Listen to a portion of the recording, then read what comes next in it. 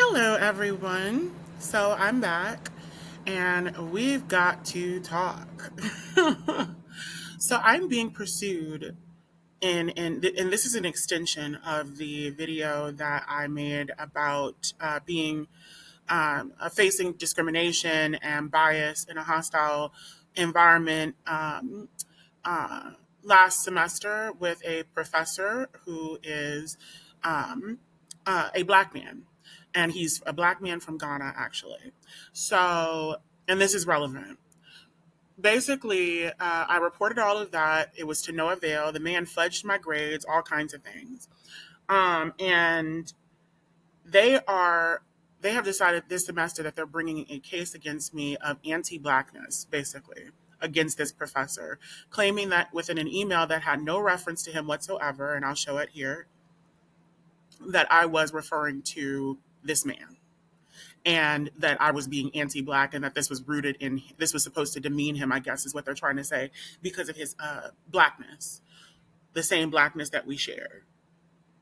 Obviously not the same blackness, because I'm foundational to this country and he's from a different part within the black diaspora. But this is, what are we talking about? If we're not talking about me being xenophobic in some way and like calling him something, because when I didn't even call him anything, but if we're not talking about me allegedly calling him something because of his ethnicity, then how are we saying, what are we coming with? This is How is this anything other than an anti-blackness charge? So all of the times that I've reported being assaulted on this campus, attempted break-ins, being sexually assaulted, facing all kinds of things on a regular basis, being spit at by white male students, being physically assaulted by white female students on a regular basis, being chased around campus to my apartment in sundown town S situations with people saying things like, you don't belong here, you're in the wrong neighborhood. All of these things, they've gone unsubstantiated, unable to get the camera footage, all these things in every case. And mind you, I mean, I've made at least 5 reports every year that I've been here, every semester or so. There's only one hate crime that has been deemed to have, by the university to have taken place in all of the time on this campus. And we're supposed to believe that you all are, you know, working with the best interests of the Black community. I've made articles calling out the anti-Blackness in this community on my website for my news entity called the Black St. Louisan, talking about the underserved Black community in the area and how we are barely served at this university, let alone the Black population in general from all throughout the diaspora. I love, and one of the things that I was looking forward to about this school is attending this school, the inter internationality of it all, the interracialism of it all. It's nice to have people from all over the world and all over the Black diaspora at a university in my city that's named after my city. But like the thing is, can we have some more people from the area? Can we have more Black St. Louisans? How is it that we have a city that's half and half Black and white, and the population of Black students at the school, including all Black people, are or is negligible? That's insane. I also had to fight to get a Black person in the Office of Equal Opportunity, that when I was fighting for this was known as the Office of Diversity and Equity and Inclusion. Soon after, I brought receipts, empirical evidence, uh, resources about how racial diversity within offices of diversity is key. You know what I'm saying? Within 6 months to a year, there's a Black man, the first Black person in the office, to my knowledge, in all the time that I've been here. And he is, I think they made a new position for him and everything, as the equal opportunity enforcer or something like that.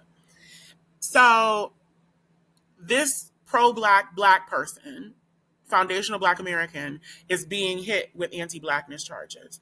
This is the kind of stuff that we be talking about. So the only time that you want to, when a hate crime charge finally exists for our people, or for people in general, it's got to be, first hate crime charges we come up with cover everybody, of course. They don't just cover us. Took us up until a few years ago to get the anti-lynching law, a specific Black hate crime bill, after Asian hate crime bills and everybody else's hate crime bills, and Asian reparations, all that good stuff. And immediately, Black people, Black person after Black person after Black person is hit with hate crime charges.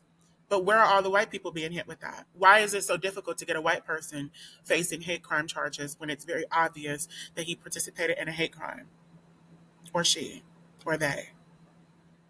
So, same thing at the universities, these P.W.I.s. You have to deal with them coming after you, the small, negligible Black population at their institution.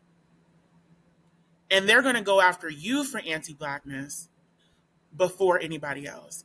And meanwhile, they'll deny, and even beforehand, they'll deny all of the anti-Blackness investigations that you initiate. But the moment that they think that they can scour your emails, because that's what they did, I sent this email that had no mention of this professor whatsoever. It did include the terms racists, plural, and bitter coons, plural, but there was no one specified in that email whatsoever. They went in and found that they scoured my history at the university, and this is the thing that they came up with. And I know this because I disconnected from my counselor, who is the person who was the recipient of that email in the conclusion of last semester. And I was like, I need a new advisor. This is shameless, yada, yada, yada. Betrayal of confidence. She was like, telling me off. And one of the things she mentioned is I didn't give anything that wasn't explicitly asked for of me beforehand, initially. So that let me know that they apparently knew about this, knew to look for this information, or just looked for it and happened to find it because they were on a vendetta against me, because they have been watching to see what they could do to try to catch me up on something. So ironically enough, even though almost every report that I've made has been about anti-Blackness, I'm now being faced with anti-Blackness charges in a hearing. So the hearing was scheduled for Monday. I informed them that I needed to get counsel present, an attorney. So it's up in the air when it's going to be. But this has just got completely upended my whole start to my semester. I was like really looking forward to, doing what I needed to do. And it seems pretty apparent that they have been, trying to chip off 1 point per year at least off of my GPA, which has happened. You know what I'm saying? I almost had a 4.0 the first semester that I was here. Now I'm at a 3.3. A 3.3 from an almost 4.0. I had a 3.77. Made honor society, dean's honor list, all kinds of shit. A couple years later, ended up being inducted into the greatest criminology and criminal justice honor society in the country. Actually, last semester, when all this shit started happening, it seemed like as soon as I hit that pinnacle, all of this shit started happening. And that professor, I let him know about that induction right before all of this ensued. I also let him know about the environment of anti-Blackness and how a lot of the Black women I've spoken with, all of them, have decried this anti-Black university and environment, and how they feel excluded, people leave their groups, people don't sit by them, all kinds of things. So here we are, and this is what we're dealing with. So we will see what's going on, but here they are colonizing Black language. You know what I'm saying? Yet again. So you want to colonize Black language. So you're going to tell us that'd be like, and one of the things that I'm thinking about bringing up is the fact that I use the N word in my music. I'm a Black person. There's a whole history with Blackness in that word, even though if someone were to use that word against me, I could get them on hate charges. So if you're not going to sit here and pull me up on hate charges for using that word as well, because I made some of my music with the N word in it at this university, in my apartments, what have you. So, I mean, it's insane that I even have to sit here and even talk about this as a Black foundational American. who has been here generation after generation after generation. My people have been here since the foundation of this country, and we have gone through everything that you all have put us through. And you're going to sit up here and try to charge me with using the words that you all created to oppress us? So, here we are. But yeah, so I'm sure they're going to try to, because I mean, clearly from the charges, they're clearly ignoring the fact that we have a colloquial identification with that word, coon. In this case, I used it in a plural sense, very vaguely, not about anyone in particular. And they are basically trying to act as if I said this because I wanted to insult a black person, because a particular black person, when that's clearly not even the case and it's contradictory to what was written. But they're putting it forth as if I wanted to offend some black person by calling them an anti-black name instead of calling out anti-blackness, which is what that word does with us colloquially. It's a way of understanding who's kinfolk and who's kinfolk. But they don't like us speaking truth to power, and they clearly don't like us talking about anti-blackness and trying to get something done about that, because here I am after all of these failed attempts to address anti-blackness, and now the only time that they have a possibly successful one is when they come against a black person who is pro-black, of course, who has gone through nothing but discrimination at this university. My university experience has been hell. I've been banned from or excluded from mock trial without actually being technically banned or formally banned.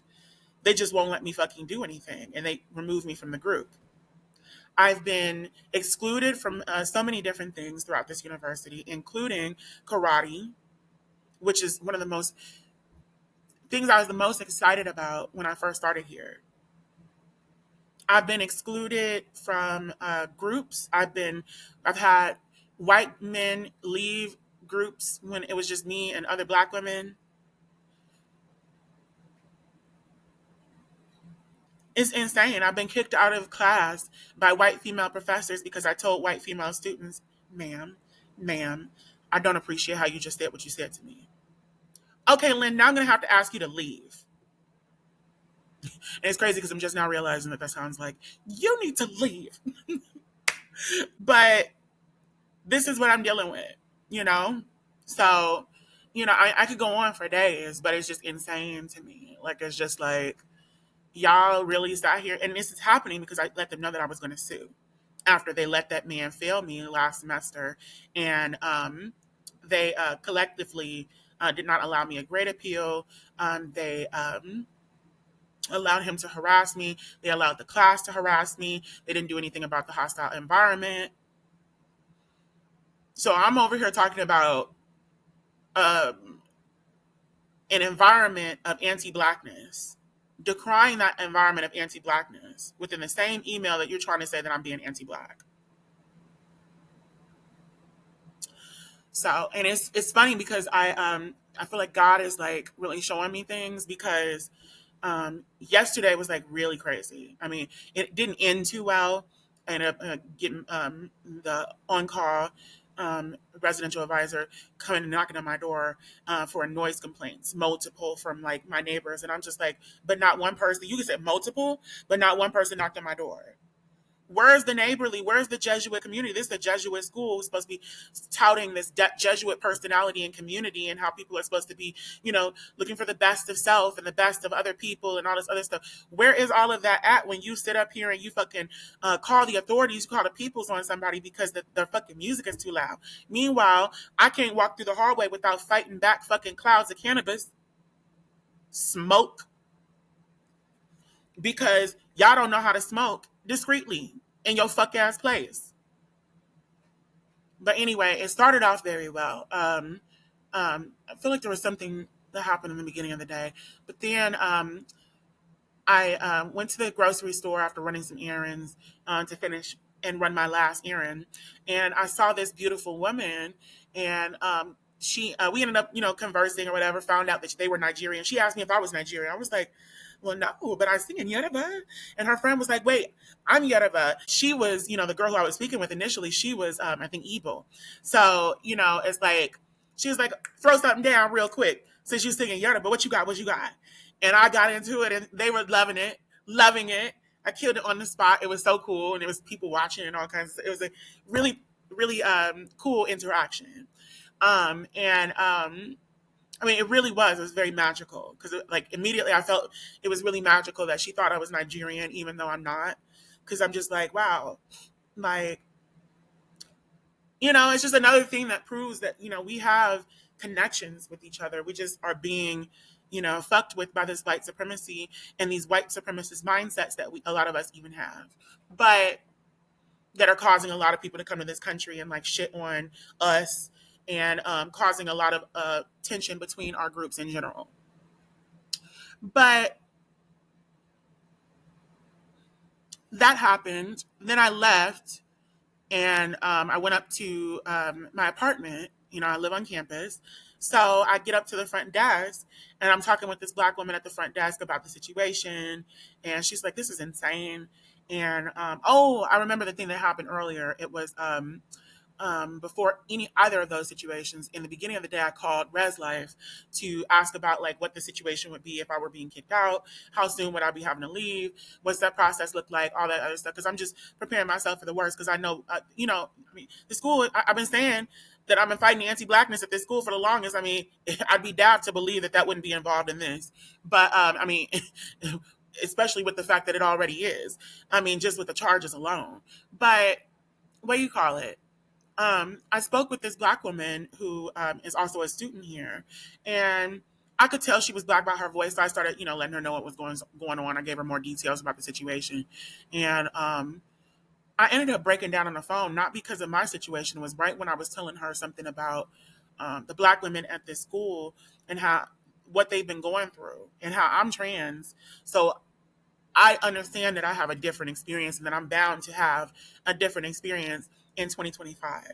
But like, it's 2025, y'all. We can't have black women going to school and going through better than what I'm going through substantially.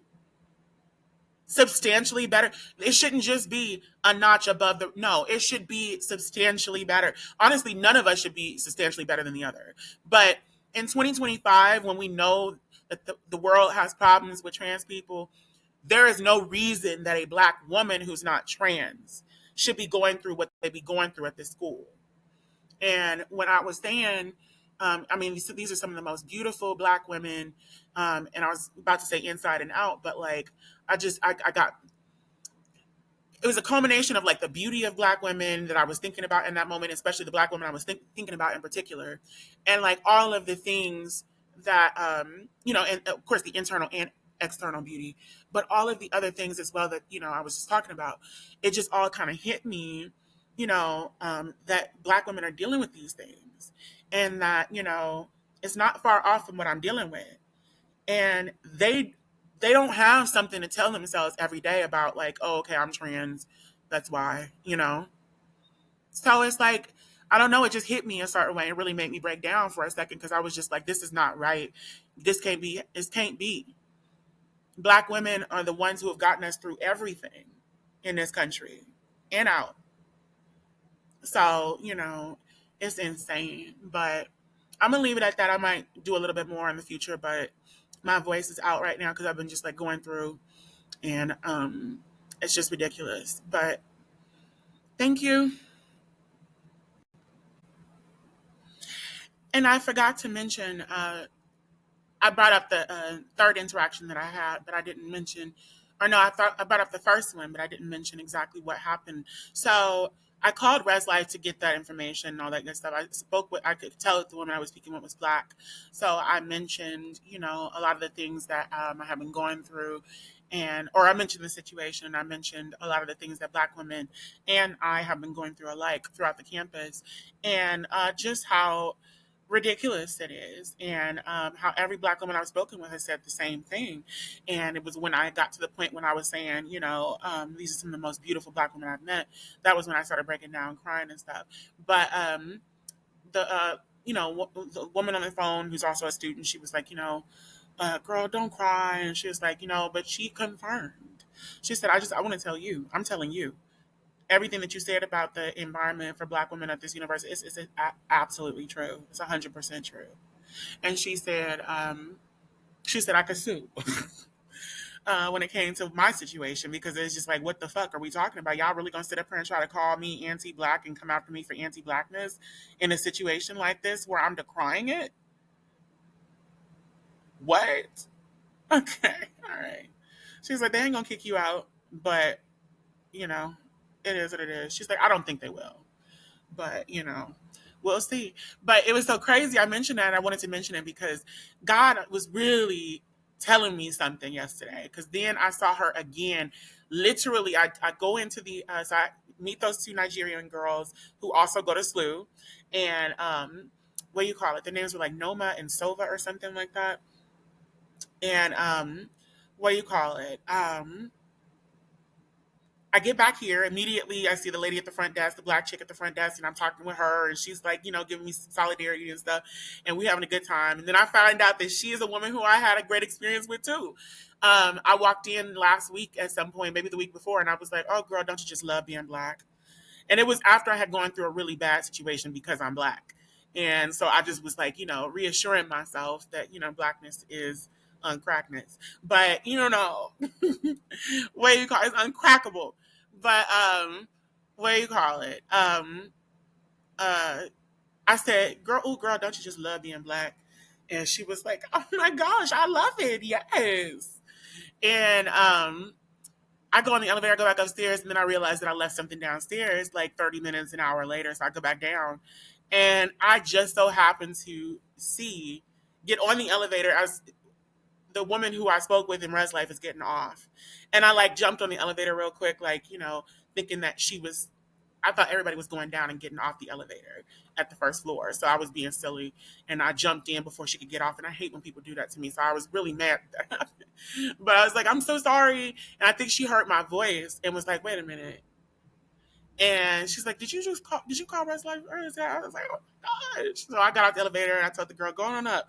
And we hugged and all that good stuff. But it was just really cool. So I just wanted to mention that because, look, y'all can sit here and try me all day, but you're not going to, like, you're coming after me with this because you think that I'm not going to, and I might not have any kind of support because I'm trans. And that's what I keep trying to tell people. Like, you got people out here who are fighting for your rights in the black community on a regular basis, but because we don't have as much solidarity with the community, they can do these things to us. And you don't know what we're working on. You don't know what we're trying to do for you. Hey, you guys, I just wanted to record this last part that I just recorded and found out that I was, muted the whole time. So bear with me. But I just wanted to also mention that, a university that is, sharing the same name and symbol as the city, St. Louis, the Fleur de Lis, that is a slave symbol that, or a slave branding symbol that was used to brand runaway slaves, my ancestors. You're going to tell me about what's anti-black? This same university that's touting this defunct and failed slavery memory, history, and reconciliation project that is supposed to be finding out who were the descendants of the enslaved people who built this university. You dropped the ball in that program. I can't even find out if the Wilsons refer to my Wilsons, my family, my mother's maiden name. But you all are going to prosecute me for anti-blackness after all of the incidents that you declined to resolve and properly investigate it. Of course, par for the course. But I mean, we have to contend with things like Jingle Bells, which has a similar origin to the word coon, minstrel shows. We have to contend with the fact that I just learned that, something I just learned a year ago, that it started off as a minstrel tune, a coon tune, if you will. You know what I'm saying? That's what it was. So, I mean, if we can still sit here and listen to Jingle Bells and be tortured every day of our existence by things like that and things like realizing that the symbol of our city that we loved so much, I didn't love it, but I thought it was cute, is a slave branding symbol. But you want to sit here and go after me for something that you all are sporting all over the freaking city, all over your university. Ridiculous. Absolutely ridiculous. So I just wanted to point that out because it's like, we're talking about a word that's equivalent to racist. But you know why it's offensive? Because the people who are race traders, the people who are working against the best interest of their race and their ethnicity and what have you, those people don't want to motherfucking be called that. And the system doesn't want you to identify these people. So it's another way of cracking down on people who are speaking truth to power. But in this case, they're using the guise of, pro blackness to go after a black person who's pro black for anti blackness.